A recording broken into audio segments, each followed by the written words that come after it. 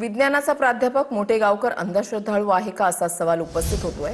तांब्याच्या भांड्यातून विद्यार्थ्यांवर काहीतरी शिंपडताना तो व्हिडिओमध्ये दिसतोय। तर दुसरीकडे आरोपी मनीषा हवालदारच्या घरावर सीबीआयने छापा टाकलाय। तिच्या पतीच्या फोनमध्ये गॉड नावानं सेव्ह असलेल्या क्रमांकासोबतचे संशयास्पद संवाद असल्याचं समोर आलंय।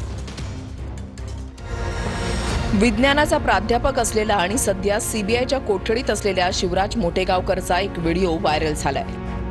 या व्हिडिओत शिवराज मोटेगावकर विद्यार्थ्यांवर तांब्याच्या भांड्यातून काहीतरी शिंपडत असल्याचं दिसतंय। यावेळी मोटेगावकर सर्वांचं ऍडमिशन एम्समध्ये व्हावं असंही म्हणतोय।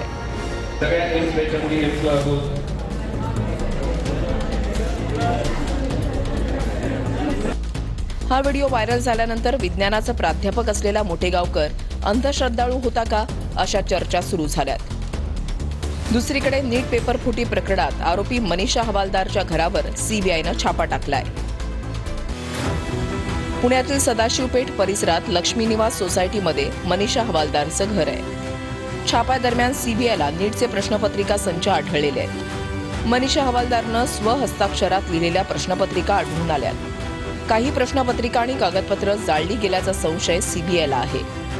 मनीषा हवालदारनं फिजिक्सच्या प्रश्नांचे प्रिंटआउट काढण्यासाठी शाळेतील प्रिंटर वापरला होता अशी माहिती आहे। पुण्याच्या बुधवार पेठेमध्ये असलेल्या शाळेतून प्रिंटआउट काढल्याची माहिती सूत्रांनी दिली आहे। दुसरीकडे मनीषा हवालदारच्या पतीच्या मोबाईलमध्ये गॉड नावानं सेव्ह असलेला एक नंबर सीबीआयला मिळालेला आहे।